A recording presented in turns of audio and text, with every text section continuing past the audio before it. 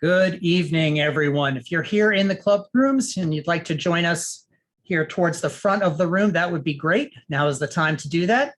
We're going to be getting started in just a moment or so. If you're joining us on Zoom and you're here for our Global Library Project here on Monday, July 18th, you're in the right place. We are going to be getting started in just a moment.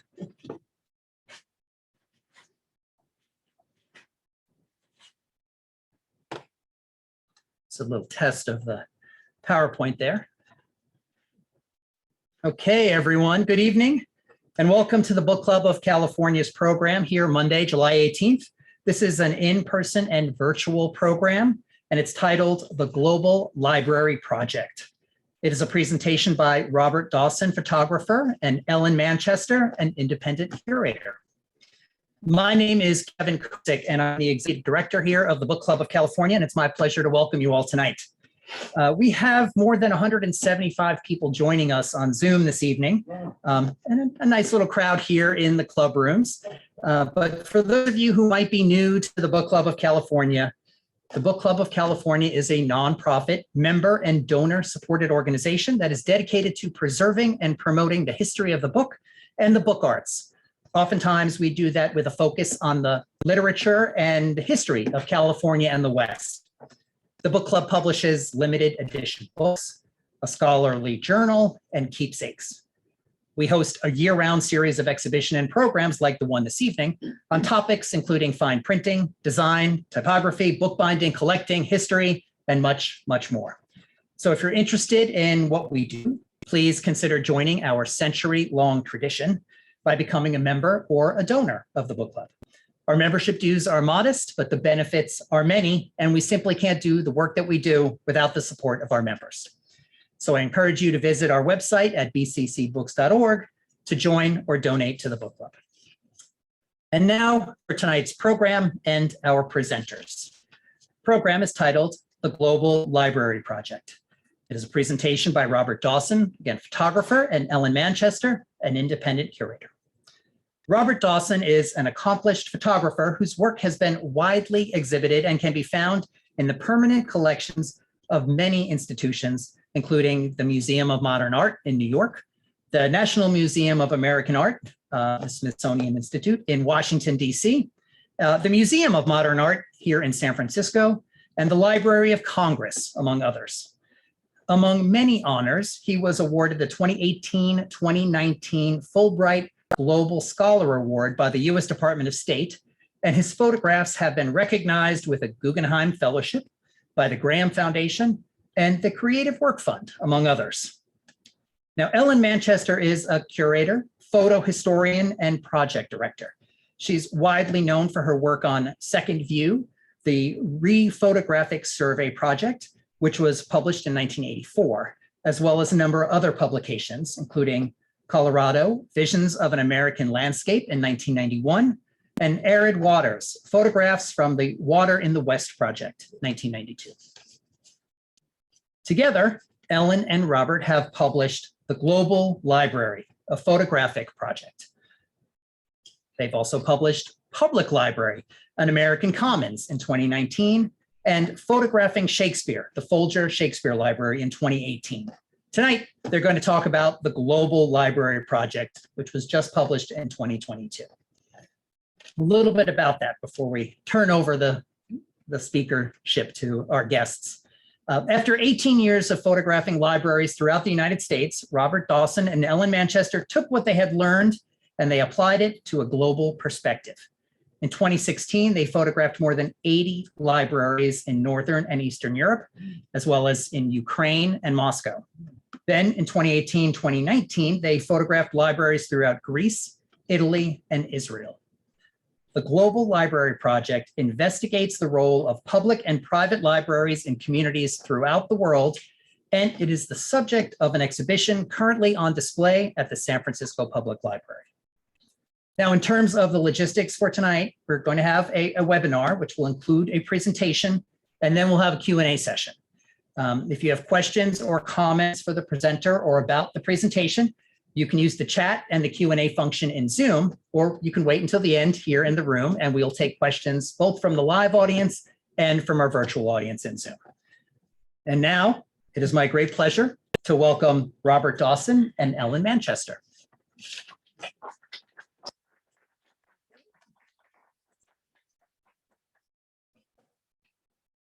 Thank you, Kevin, and thank you to the Book Club of California for inviting us all to share our project with you. In addition, we wanted to share, to thank the Fulbright Global Scholar Fellowship, which supported our 6-month visit to study libraries in Greece, Italy, and Israel. And Bob will talk a little bit more about that project, the specifics of that project. And I also wanted to support the Francis Phillips of the Creative Work Fund, which is a local organization, and Independent Arts and Media, again, another local organization that funded earlier work that led up and supported this project eventually. And of course, the Guggenheim and the San Francisco Public Library, as Kevin mentioned, the exhibit is up there in their main gallery until November. And we're doing a number of public programs there, and there's a brochure here you can pick up afterwards. And as you will see from Bob's slides,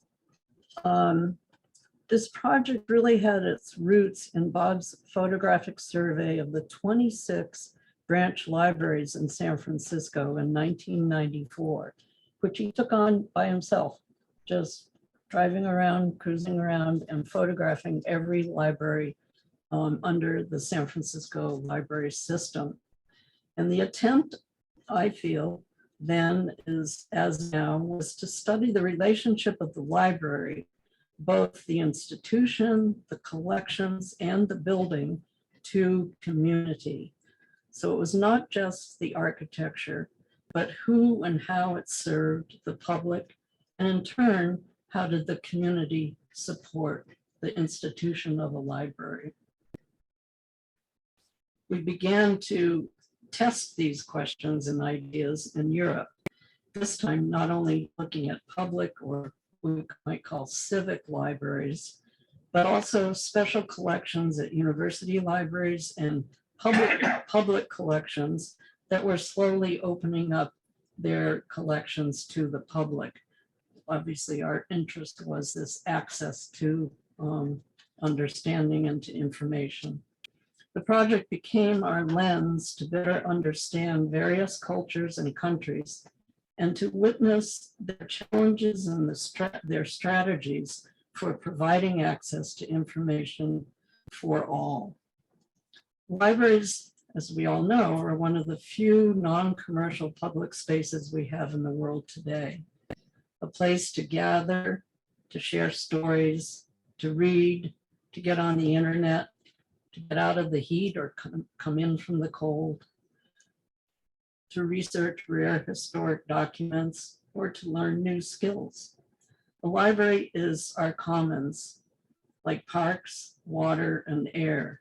It is what we share as a society and what we must take responsibility for. As Bill Moyer said about Bob's American Public Library project, Dawson shows us what is at stake.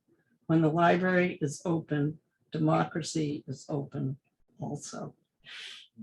So now I'm just going to turn it over to Bob, and he will go through the slides, and then we can do an informal question and answer, and we will also show our limited edition, just published limited edition album of the Global Library Project.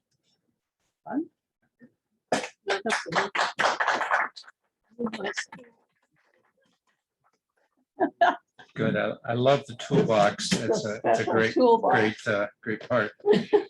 Thank you, Kevin, and thank you, the Book Club, and thank you for coming. This is really a treat for us to be here. I've spoken here a few other times in the past over the years on various projects, but I always feel like I'm among my people when I'm here. This is a very respected group that you are, and I'm glad to be able to have your time. We are, Ellen and I have been married for many years. We've also collaborated recently, well, in many years as well. And this is kind of in some ways, a family endeavor. We are able to both work together and be married together, which is pretty astonishing.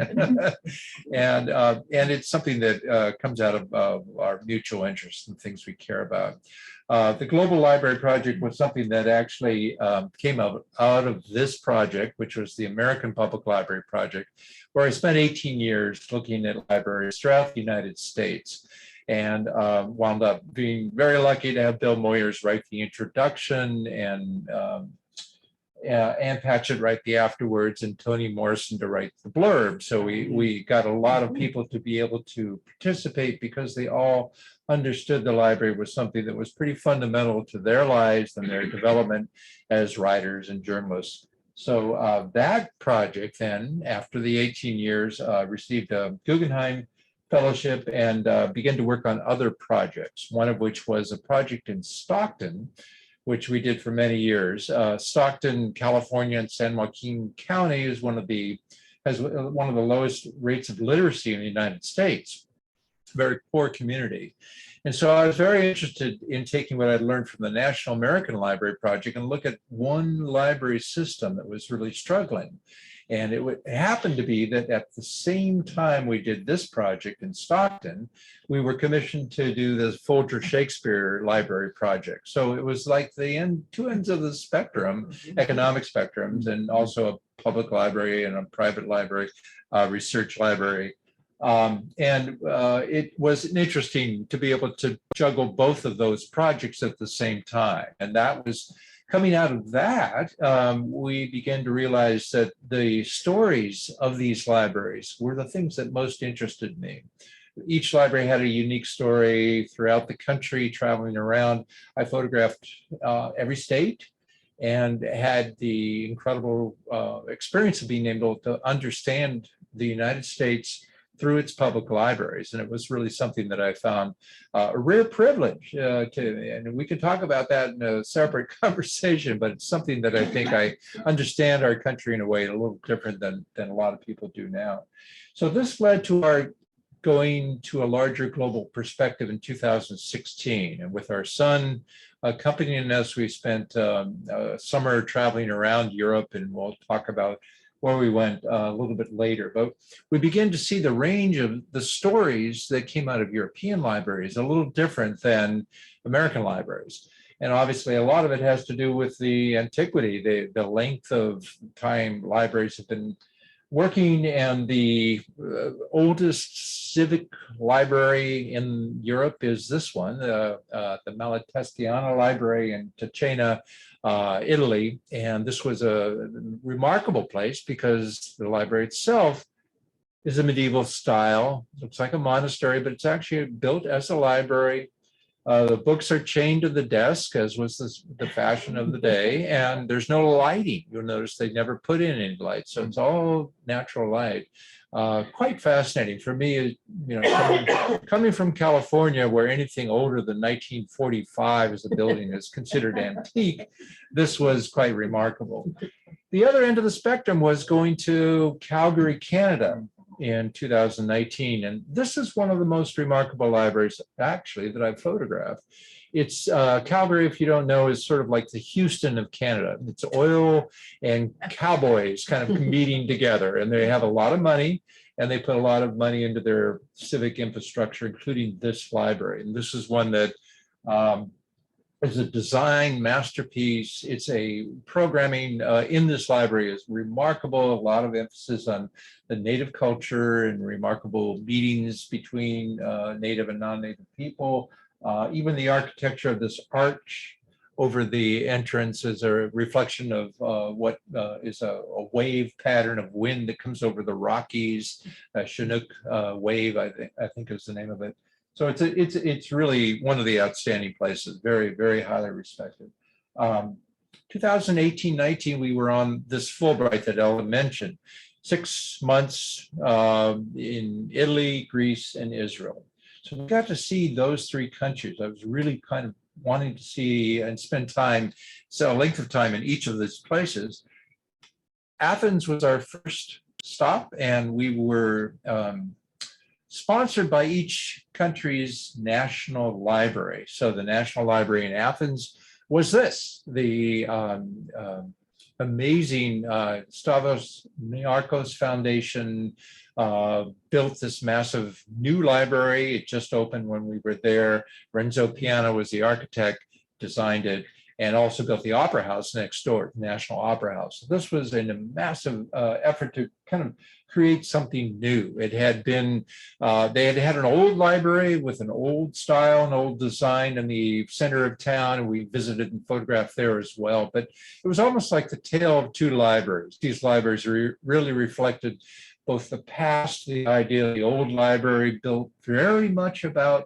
kind of protecting the books and their collection, and access wasn't really a big important part of their mission, and the new library being just the opposite. They're really very open in these book castle, allowing people to have free access and encouraging people to be with the books themselves. So one mission was not better than the other, but it just pointed towards the future, this library, looking towards what libraries more and more will become. And on the roof, they had a telescope that when you look through it, you saw the Acropolis. And I thought at that moment, this is really kind of the past looking at the future, or the future looking at the past and seeing it reflected in that. So it was such a great experience. We also went to Moscow, Russia, and wound up photographing the Lenin Russian State Library, sometimes called the Lenin Library. And this was also a remarkably powerful place to be. The outside was extremely ugly, brutalist, in fact. It was just horrible. But the inside was this unique mix of architectural styles that I found quite amazing. This is the largest library in Russia, and it's the 5th largest library in the world. So it's a massive, massive place, and really quite extraordinary experience for us to be there. We also didn't just focus on the beautiful, spectacular libraries. We looked at some of the local libraries. So this too is in Moscow. It's called the Chekhov Library. Chekhov lived in this building years ago, and he lived in Moscow, but it's also a place that has become a cultural center for Chekhov collections and archives. Unfortunately, it's also been hammered by funding cuts, and I'm not even sure if they're still around at this point. At the time we were there in 2016, it was kind of right on the edge. But it was important for me to be able to see all different types of libraries and not just the beautiful libraries of the world, which other people have done. Although I must say, as a person growing up in Sacramento as a young child, to be able to go to the Laurentian Library in Florence was one of life's great experiences. This is the Michelangelo designed library. For him, it was a very revolutionary style and design. And just to be in the presence of this place was remarkable and really quite great. We also went into another library in Belgium, in Antwerp, called the Hendrik Conscious Library, who was a great Flemish writer. And the library, again, just gives you a sense of what European libraries and the stories of European libraries, what they have to offer. This is a library that we were looking at. The exhibition they had on display were letters from lonely, sad Belgian soldiers during the First World War, writing home at how horrible their lives were. And it was just an insight into that world, something that was really quite moving. The island of Corfu, off the coast of Greece, the Ionian Sea. Lawrence Durrell lived in there, very famous, and wrote about this island. And the Corfu Reading Society is that building on the right. And it was built in 1836. Lots of expats from other countries came during the 19th century and lived there. And it still felt like that. It had the flavor and the texture and the feeling of stepping into 1 or 2 centuries ago and really feeling that here. We did have one of the most remarkable days was when we went to Ukraine and photographed the National Library of Ukraine. This is one of the largest national libraries in the world. And for some reason, they took us very seriously. And this was right at the beginning of the project. We didn't take ourselves quite that seriously. We were more on an exploratory trip to Europe in 2016. But because they were very conscious of and respected us, I think in some ways it influenced how I wanted to view ourselves in this project. This is, we spent the entire day there. Every department in the National Library of Ukraine had a curator that came out and gave a presentation to us, Ellen and me, on their department, sometimes with a prepared text they would read. Sometimes we would have a piano concert given to us on a historic piano. I mean, this was really the history of Ukraine through its National Library. And this is actually a collection of wax cylinders of Yiddish and Jewish poets and writers and musicians. Early 20th century, probably most of these people were killed during the Holocaust, or their children were killed during the Holocaust. So this is truly a memory of the world. And this is actually a UNESCO Memory of the World Register of this very remarkable collection. This is just one of the many things we saw. So the libraries we're looking at now, I'm categorizing or putting them together under this concept of memory in national libraries.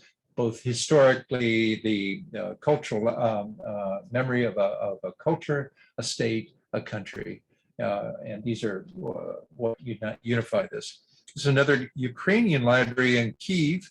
Down below is a Soviet era branch library that was built during the time when Ukraine was part of the Soviet Union.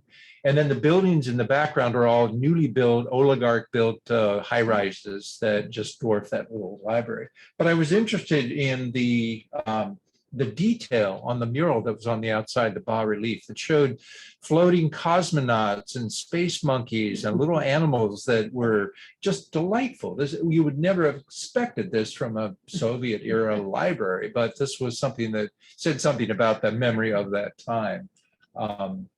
We also went to Poland, and if you've been to Poland, you know that whenever you go there, you can't escape the memory of the Holocaust. It's so dominant. And this is a town called Oświęcim, which in German, the Germans called Auschwitz. So we went to look at what a library in that place would look like. And in the background are the Soviet era apartments. In the foreground is a March of the Living display for Holocaust survivors and young students to get together in the areas where there were the death camps. And the library is on the right. So remarkably, inside the library, there was no memory of the Holocaust. There was nothing that referred to it. This display on the street was from an outside group. And I was shocked by that because often libraries are the place of a local memory, a civic memory. I found that out photographing libraries throughout the United States. So in some ways, this library was built to forget. I think the people living in this community are so inundated and saturated with that memory that they wanted to move on. And this is partly their way of moving on. Another library we visited in Canada, up in northern Saskatchewan, a place called Duck Lake. It was a tiny little, mostly native village. And it has one of the last residential native schools that many of you have been reading in the news, the stories of these residential Indian Native American schools where the children were taken from their families, forced to speak English, and essentially lose the memory of what it meant to be a Native person. And this was the last one. It closed in 1996. And so it's another form of, for us, kind of memory, but it's also, it shook us up quite a bit to experience this and see this because we've been such advocates of learning and advocates for literacy. And here was a case where maybe learning and literacy were a form of cultural genocide. And this, of course, all of this occurred in the United States as well. So we're all coming to grips now with, I think, this memory. My son Walker and I drove up to Yellowknife in May. And we drove to see this national or now the Territorial Assembly Library that's located in this building. The building's built like a Eskimo igloo, so it's in this round shape. And the librarian said it was very challenging to create a library in a round building, and but it was a remarkable place. And it was also built in that circular shape because it's a consensual government. It's a government that tries to work with not political parties, so members of the assembly are not part of a political party. They run as individuals. So it's an interesting form of government, different than ours. One of the other ideas that have come out of this many years of looking at libraries overseas is the idea of bibliocide, which is, in my mind, is the accidental or intentional destruction of libraries or books. And this remarkable installation we found in Berlin, in front of the Humboldt University. And this is where in 1933, the Nazis and their help burned 20,000 books, mostly of liberal, communist, Jewish writers. And the Israeli artist, Mika Oman, just created this thing called the empty library, which is a bookshelves in below the ground, with a piece of glass over it, that would be the volume of 20,000 books. So you could kind of then conceptualize and look at what that loss was. And this happened in 1933 when the Nazis were just beginning. But a few days after that bonfire, a Jewish man was walking by the ashes that remained from the bonfire, and he picked out a couple of pages from the fire. And then later he moved to Israel, and then later he donated those pages to the National Library in Israel. And when we were doing our research at the National Library, we discovered these pages. And so that's how this photograph, and I think of these two images then as combined, as linked together.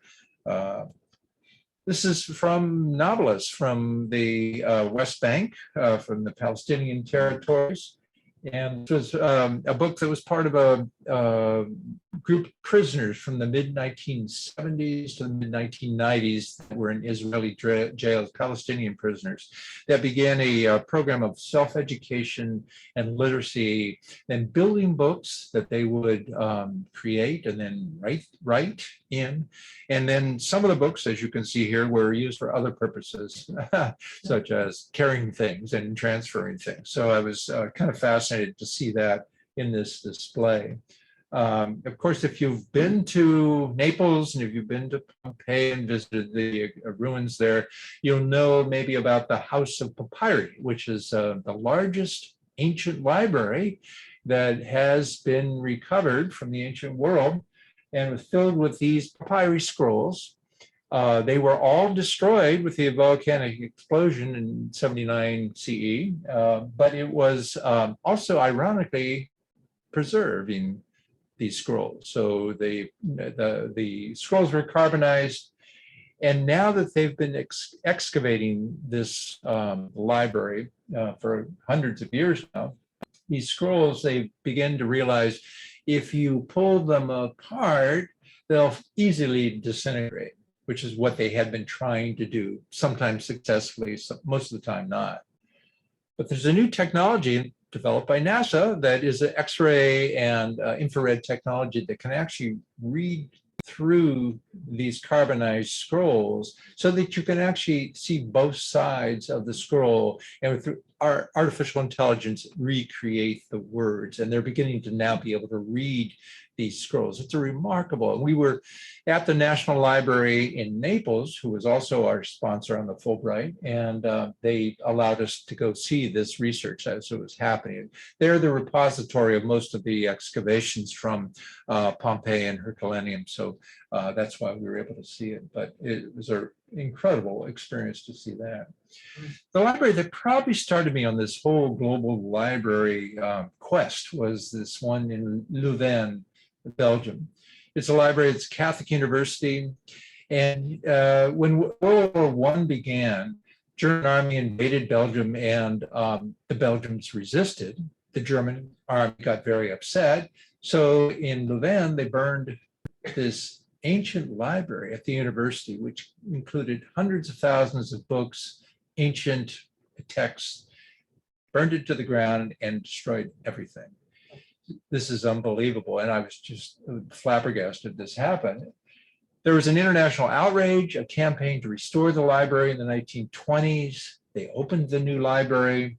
When World War II began, the library was in the middle of the battles and burned down again. So a second time after restoring and recreating the library. So we came into the third iteration of this library, and this is one of the books that was on display from the destroyed books.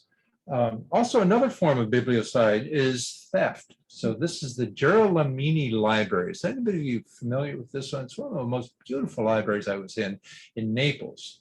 In Girolomini, there was a big story in the New Yorker several years ago about this. The director of the library was taking the books, the most precious books out of the library and selling them on the rare book market and making a lot of money. And he did this over many years. He never got caught until he did.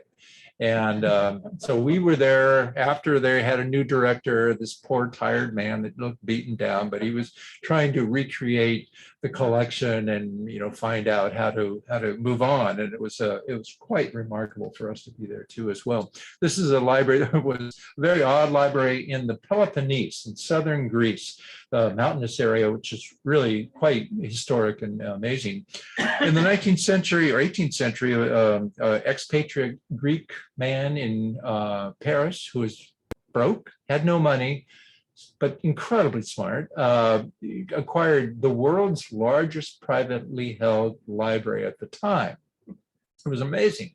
And he later in his life decided to donate his library to his father's village in the Peloponnese and up in the mountains. And he was cleaning the books. And at one point he got a paper cut and he got an infection and he died from the infection. Many years, the books were in storage. They couldn't be shipped because of past debts. So finally, they arrived at this library up in the mountains in Greece, and we went there and photographed. It was, again, one of those unbelievable, you can't make this stuff up, unbelievable, remarkable story. The Torah doctor. This is in Jerusalem. This man spends his entire career repairing Torahs, and he has a story for everyone. He's the child of a Holocaust survivors, but his stories were unbelievable, and each Torah had a remarkable story. 1966, the river in Florence, Italy flooded the National Library there in Florence and created a catastrophe that destroyed 1/3 of their collection. And it was an international response to come and help rescue the books. But unfortunately, because of the scale of the destruction, they didn't really know how to deal with that. How do you restore books on that scale? So it took them a long time to figure that out. And the modern science of book conservation was born out of this. And today they're still restoring the books from 1966, and it's now done in a convent, which was beautiful. It was quite remarkable. And this was just one of the books that we found there that said so much to us. One of the other things that we were interested in was the idea of libraries and refugees. Early on, when we went to Germany, we looked at how the German library system was remarkable in that it was taking in the refugees who were coming to Germany in vast numbers. And after processing them and finding a place for them to live, they sent them, first place they sent them was the library. And the library was where they learned German, where they learned to be a citizen, learned to basically, how do you cope with a new culture that you don't understand? And that's a really important thing to do if you think about bringing in large numbers of people from somewhere else. You don't just dump them into your culture. You have to prepare them to somehow or another survive. And that's what they did. So that inspired the idea of looking at libraries and refugees. And this is one that's in the most famous refugee camp in Europe, in Calais. It was called the Jungle. You might have heard of this. It's pretty famous.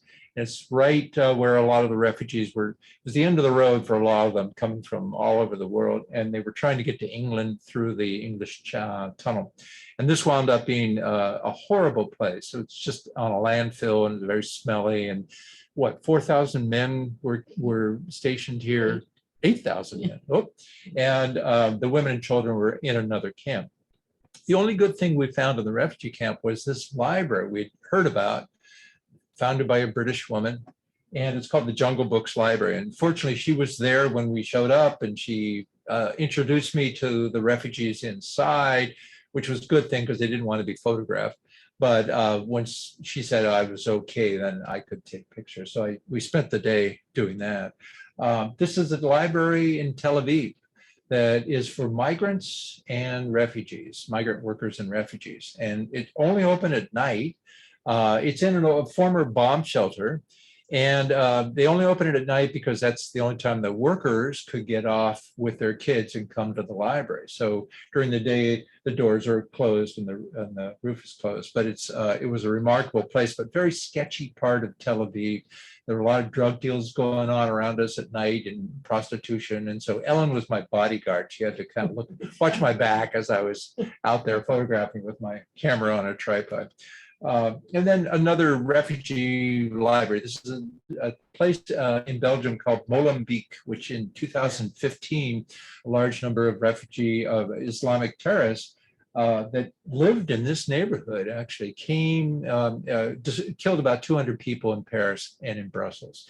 It became internationally famous. The neighborhood became internationally famous. So I thought, well, what's the library look like? And we went there. It turned out to be an amazing little library in the midst of a very troubled neighborhood, and remarkable for us too as well. This is a refugee camp in Athens that we went to, and it was a first time we met a group called Libraries Without Borders. It's a French group, international orientation, and they do a lot of work with books and learning materials and creating a good environment for traumatized kids and adults.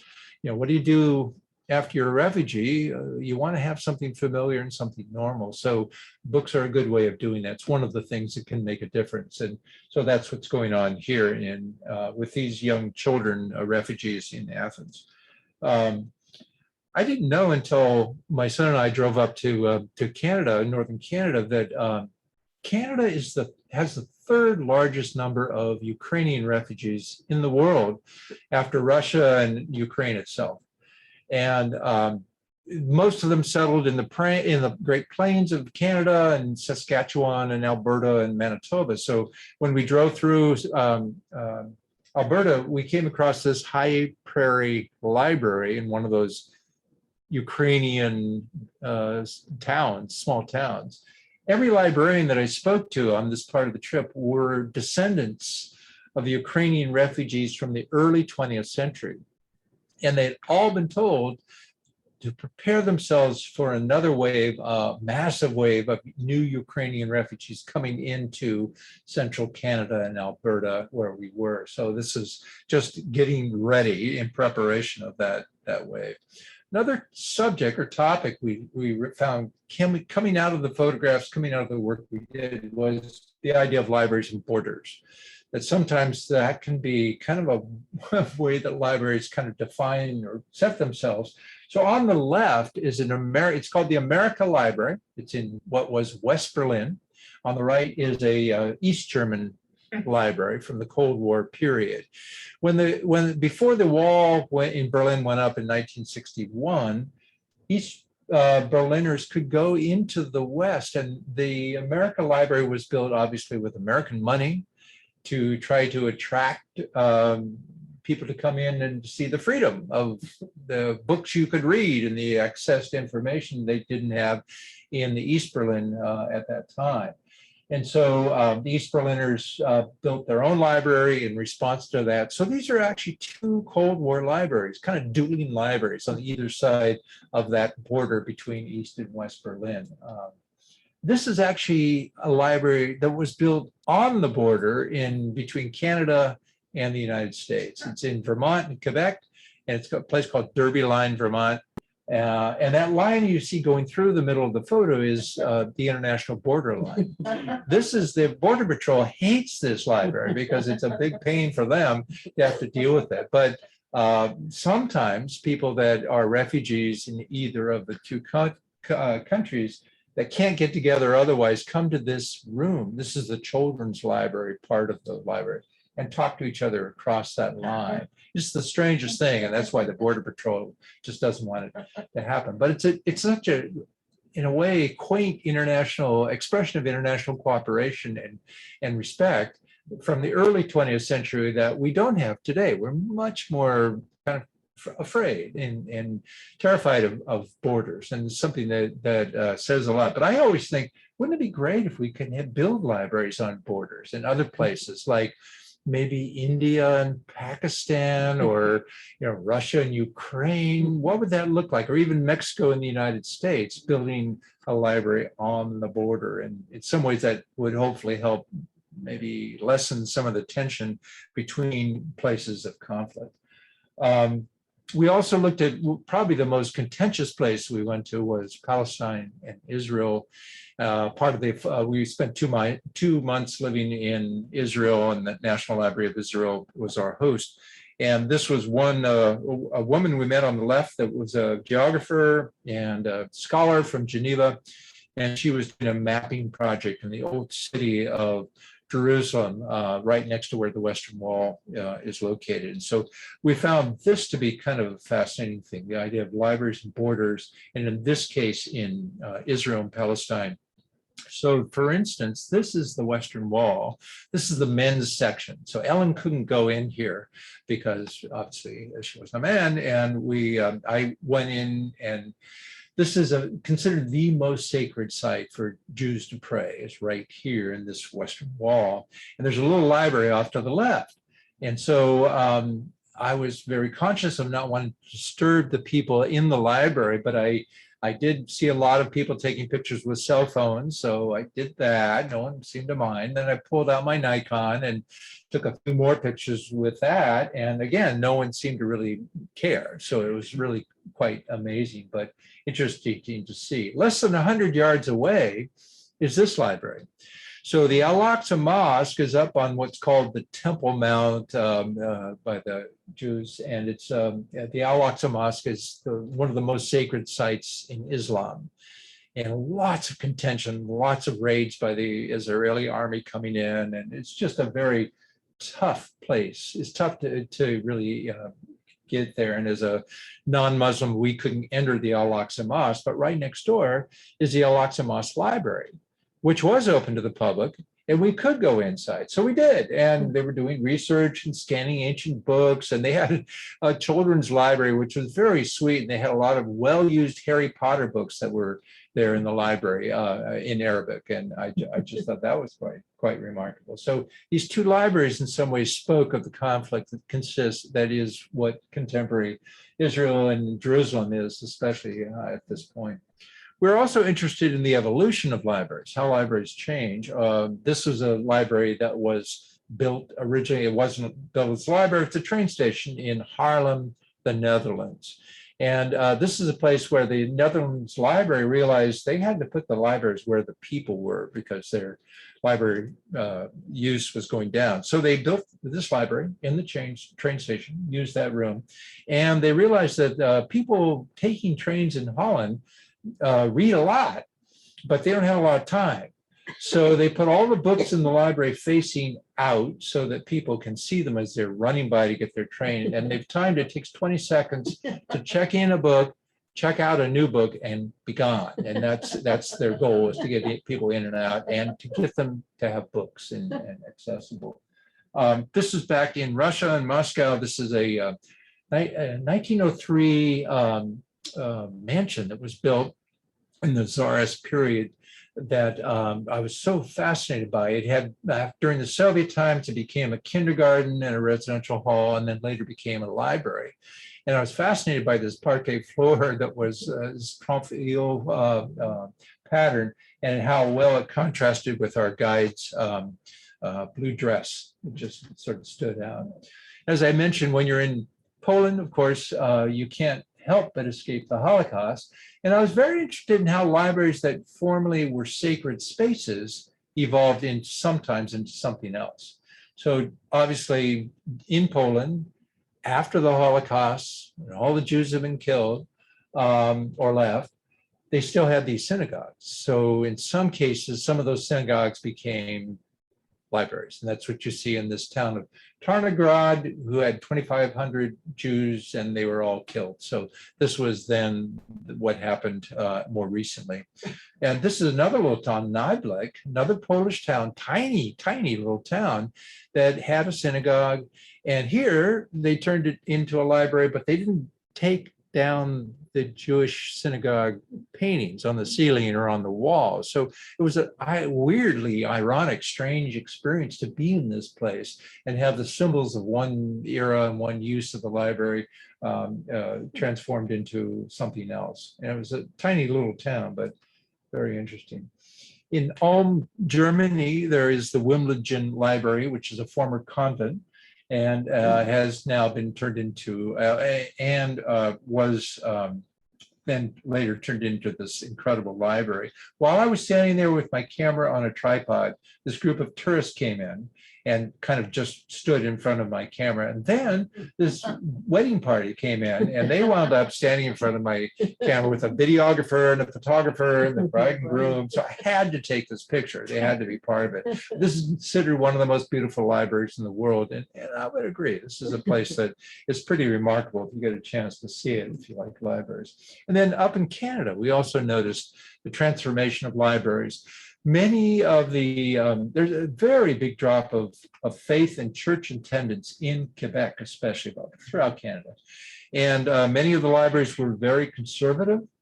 I'm sorry, many of the churches were very conservative, and many of the churches banned books that weren't religious enough. So the irony is now is that some of these former churches have become libraries, which of course is probably very sacrilegious, but very, very interesting transformation. So libraries themselves have become, and you could argue that a library is a sacred space. So I suppose this is very appropriate, better use of this space than something else. And then finally, the last section is on the librarians themselves. I must tell you that I have the highest respect and regard for librarians. The ones we've met throughout the world are all pretty universally professional, courteous. They put up with a lot, and they're always usually pretty nice. And so most of the time we've had an incredible experience with them. This was our favorite group of librarians in a little town in eastern Ukraine called Dnipro, D-N-I-P-R-O. And Dnipro was about 3.5 hour drive to the Russian front where the war was going on. So Dnipro was a city that was on the edge of a war in 2016 when we went there. So this was a tough place, and there were on other libraries on staff, they had psychologists that were treating the veterans coming back with PTSD or their families. But this was the children's library. These librarians, when we walked in the door, showered Ellen with armloads of Ukrainian dolls, little dolls that were just beautiful and just kind of almost drowned Ellen in them, but they were so giving and so helpful and thankful that we were there, and it just was a remarkable experience. And these women today, Dnipro is occasionally rocketed by Russian bombs and rockets, and it's a pretty terrible place. I would be very scared. I think of these librarians as very heroic, and I've been in touch with some of these librarians over the years, and so I hear their stories over the internet of what's going on now. This is a librarian in the Yad Vashem Museum in Jerusalem. This is the Holocaust Museum in Israel, and it was a very sorrowful day that we spent with him, but he was very kind and generous to take us through what was a difficult experience explaining the Holocaust from the Israeli perspective. And then finally, we're back to the Lenin Library in Moscow. I had tried for months to try to get a way of getting an appointment to go inside the Lenin Library. Sent letters in English, I sent email in Russian, I did Google Translate, I tried everything and no response, nothing at all, which was a little strange. So I tried. So when we got to Moscow, I went ahead and just photographed the exterior, the brutalist Russian exterior of the library. And Ellen got bored So she went inside and went up 3 flights of stairs and went to the book museum, which is here, and got us an appointment for the next day, which was very good. And this was the librarian that they gave us, this young woman who was a children's librarian, but she spoke very good English. And I don't think she expected to be our guide for as long as she was. I worked kind of slowly, and so I could see her looking at her watch, and but she was very patient. And I'm still in touch with her today. And I did the announcement, sent her an announcement for this show at the public library here in San Francisco. And she wrote back and she said, congratulations, great that this is happening. Things have been a little crazy here, ... Yeah. And that was it. And actually, frankly, I'm kind of worried because I don't know if I should contact her again. Should I write her back? I mean, I would be curious to see what you people might think about that, because I don't want to put her in danger. I think at this point, she is a Russian librarian. She's an intellectual. She's somebody who's really very Western forward-looking. She's not a Putin supporter, but what do people like that do now in Russia? And I worry for her a lot. So. Oh, and then I should mention too that after we visit the Lenin Library and the Book Museum and had this all-day tour, many months later, I did research and found this library was during World War II. At the end of World War II, the Russian army in Germany and Poland stole a lot of books, and they brought them back to Russia. And they wound up in this library. So this was the repository of a lot of the loot that the Soviet army took. Of course, that loot could have been stolen from Russia by the German army when they were invading Russia. So it's hard to say where the provenance of the book is. But this was actually quite revealing of what we were looking at, and made me understand a little bit better about what this was about. In Ukraine, at the National Library, we did wind up, as I said, taking an all-day tour. One of the places was a place where all the gifts that are given to the presidents of Ukraine wind up in the National Library. So this was a gift of a tapestry of all the Soviet leaders of various Soviet republics, from the past. And they all have black jackets and black ties and white shirts. And I just thought, wow, a bunch of dour looking guys. So I asked one of the librarians to come over and stand in front of it. She was just such a perfect contrast to what this was about. And then there's just the Stentz Library in Modena, Italy. It was one of the great libraries of the world. These two young librarians were remarkable in their enthusiasm to share with us their heritage, and so proud of it. It was, you almost can see that sense of pride in her face. It was really quite great. And then the Boudieri Library is a family-owned library in Jerusalem. This is right in the heart of the epic conflict that continues to this day. And this library had been shut down for many years, but then finally was reopened recently. So this is the librarian showing us some of the collection.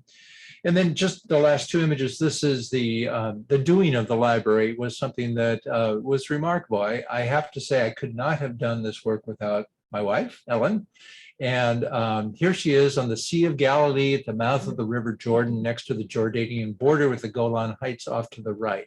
We were stunned in the context of what we were looking at. This is just a little free library that was just in that location, but it's hard to comprehend this in a way. And then this image was taken in Palermo in Sicily. We had gone to see another one of the Libraries Without Borders projects, where they were helping refugees from Africa learn Italian. And so we spent a whole day there photographing these young men, and they were remarkable, and it was a great experience. And then we drove over to another side of the island, Catania. It was a little, or actually a fairly large town. And while we were sitting in the stop and go traffic, somebody jumped in the back seat of our car and stole my camera and all my lenses and all the images that I had shot that day, and took off and disappeared, just boom, like that. I didn't see who it was. It was just so fast.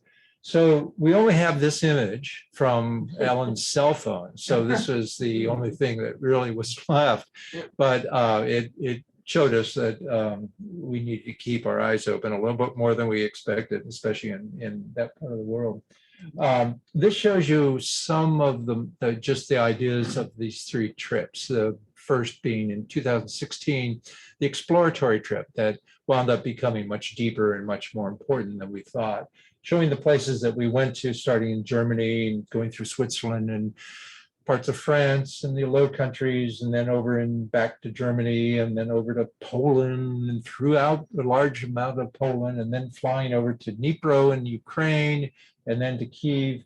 And then we couldn't take a train from Ukraine to Russia, so we flew into Russia by way of Belarus. So little did we know what was coming down the pike. And it's fortunate that we were able to do this trip when we did. But that was the start. And then I got a Fulbright in 2018-19. Ellen and I were 2 months in each of the three countries, Italy, Greece, and Israel. Started in Greece, and fortunately, the Greek Fulbright is a very well organized program, and really set the tempo for the rest of the trip. Italy was not so well organized and a little more difficult to deal with, but Italy is Italy, and you just have to expect that. And it was remarkable, and then there's nothing like it. And then Israel was a tense place, but in some ways the most interesting because of the depth of the history. There's just nothing else that I've ever seen quite like that, and the depth of the conflict as well. And then that same year, 2019, Ellen and I drove across Canada from Vancouver to Quebec, and then down to the border, Derby Line. And then I should have added to this map the trip that our son and I took up to Yellowknife, which is up on that Great Slave Lake on the upper left-hand part of the map, where there's the libraries that I showed you, that I photographed. So we're going to continue on. Next month, we're going to the Maritime provinces to photograph, kind of finish up the different parts of Canada that we want to see. And then I think starting next year, we're going to focus on Mexico and do a kind of a big push to photograph libraries throughout Mexico.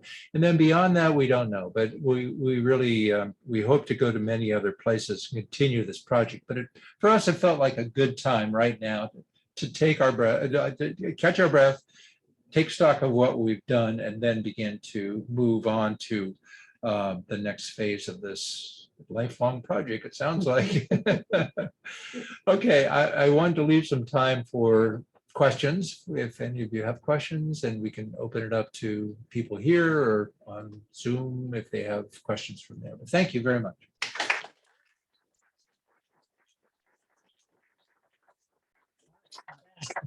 I'm going to be off camera for these questions. I'll keep you on the camera. We'll start here in the room. Does anybody have a question? Let's start over here. Mehdi? I guess I'm curious about, so thank you so much. This was great. Really enjoyed it. How do you think about, let's talk about maybe the book. How did you choose to organize it? Which pictures to include? What is sort of the story you're trying to tell? I think it was compelling to the slides, but I would love to take a look. But oh yeah, we can. By the way, after we get done with the questions, we'll have a chance for people to come up and see the book. Yeah, the album came out of kind of the same organizing that we put into this slideshow, but also into the exhibit that's at the public library right now. I felt that there were many kind of urgent, interesting things that came out of the photographs. So we wound up doing the project. And then from the photographs, we were able to kind of learn things, to ask questions that there were certain obvious things that just appeared.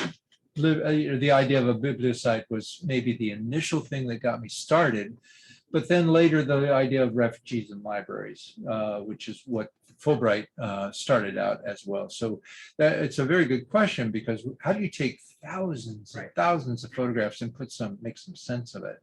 Because there really wasn't, when we first started out, an overarching plan. We didn't know the end until we had taken the journey through these places. And that's often the way my work has been. In the past, when I did the American public libraries, I was pretty extensive, wanted to photograph public libraries throughout the United States, but how that was put together into the book that was published in 2014 came later, looking at the photographs and looking at what the photographs said. So, yeah. Carol, did you have a question? No. You mentioned that this was absolutely fascinating. Thank you. You mentioned that the London Library was the 4th largest. What are the other largest libraries? And did you target those specifically? And what are the smallest public libraries? Oh, that's a, in your radar? these are great questions. That's why I like speaking to this group, because they always have great questions. Actually, what were the largest libraries that we photographed, and what were some of the smallest? And the Lenin Library is actually the 5th largest library in the world, and the largest in Russia. I think the others are the Library of Congress, of course, is one. I would say, that's a good question. Which one? British? Yeah, I was going to guess that. That would be two. Believe it or not, the National Library of Ukraine is one of the largest libraries in the world. I don't know which number it is, where it falls, but it's one of the largest, which is astonishing. And you hate to think about a stray rocket. Yeah. So, and it's located in Kyiv. The smallest were these kind of remarkable little ones by the side of the road. Sometimes even the one that we saw Ellen sitting in front were really great. During the American Public Library, I went to one that was called Manawi in Nebraska. It was a storage shed that a woman was put the collection of her husband in after he passed away. And she was the last person living in this little town in Nebraska called Manawi.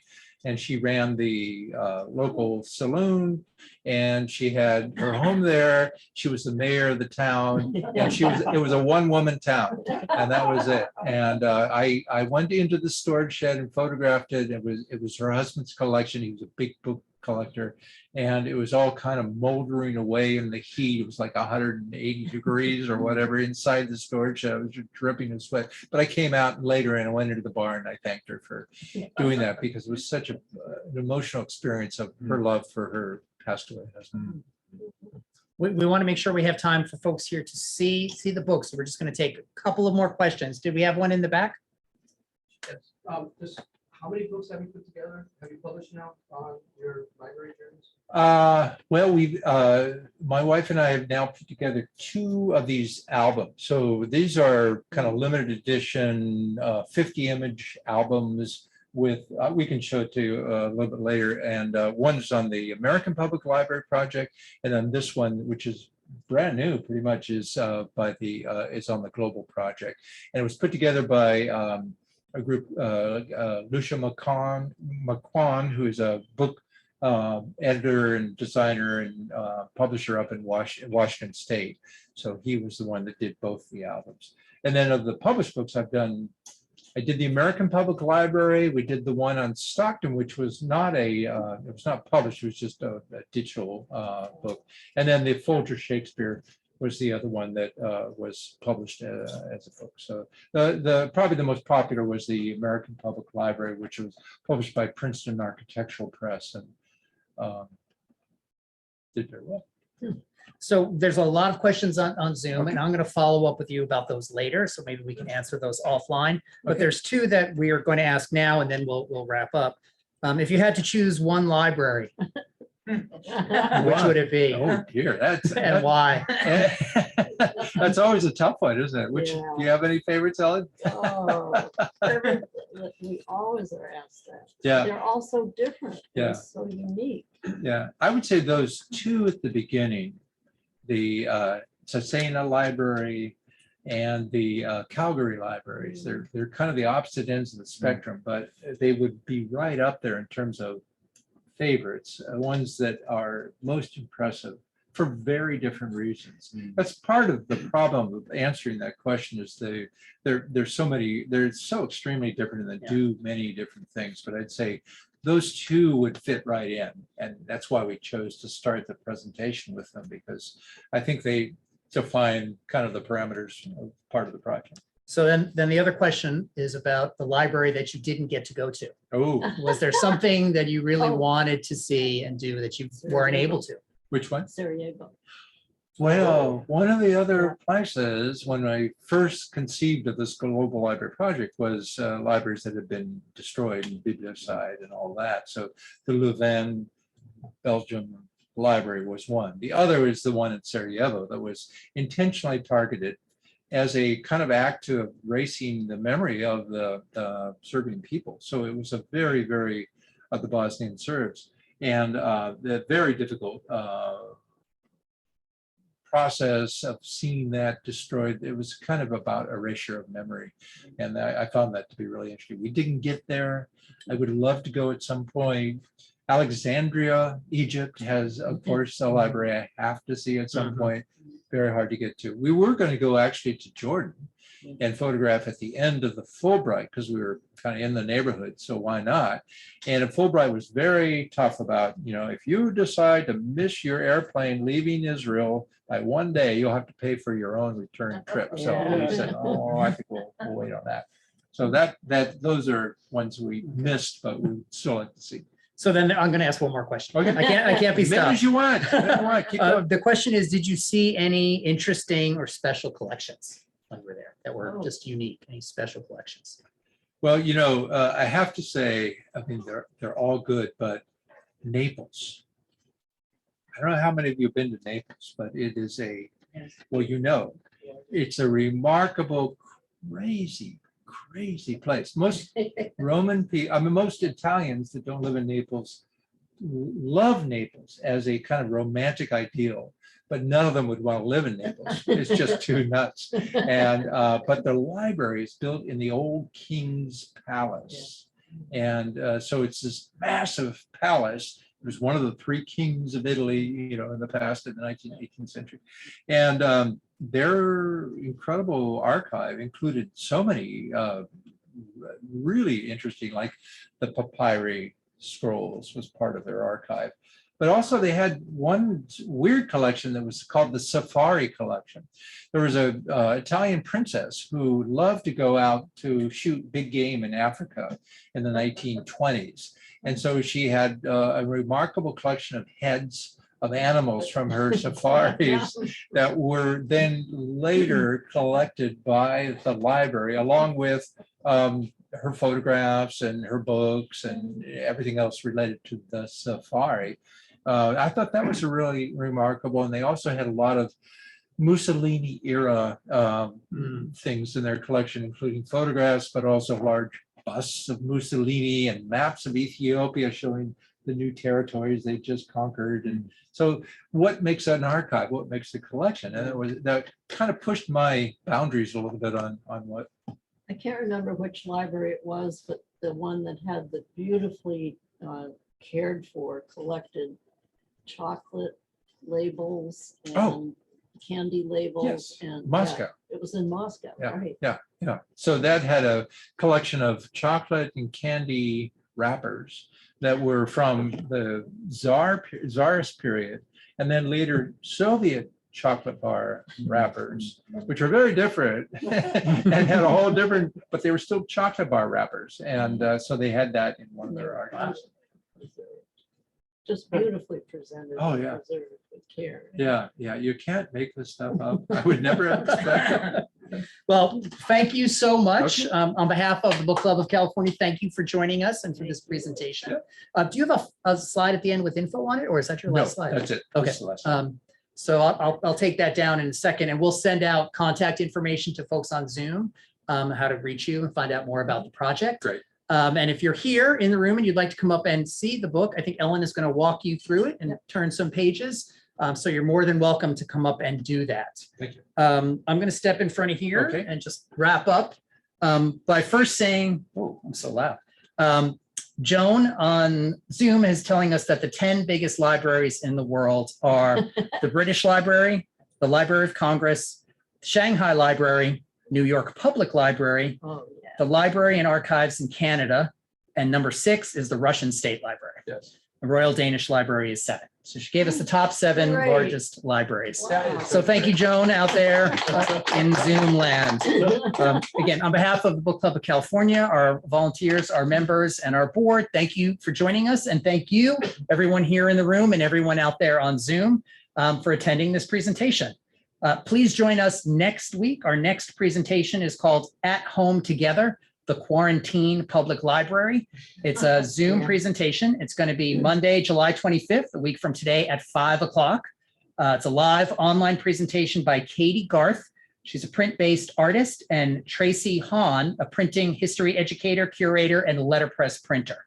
And you can register for that event online at bccbooks.org/programs, or in the emails that you might be getting from the Book Club of California. There's a little register for all of our events there.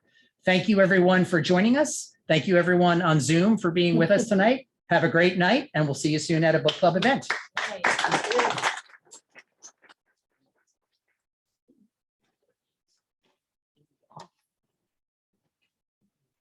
So Ellen, why don't you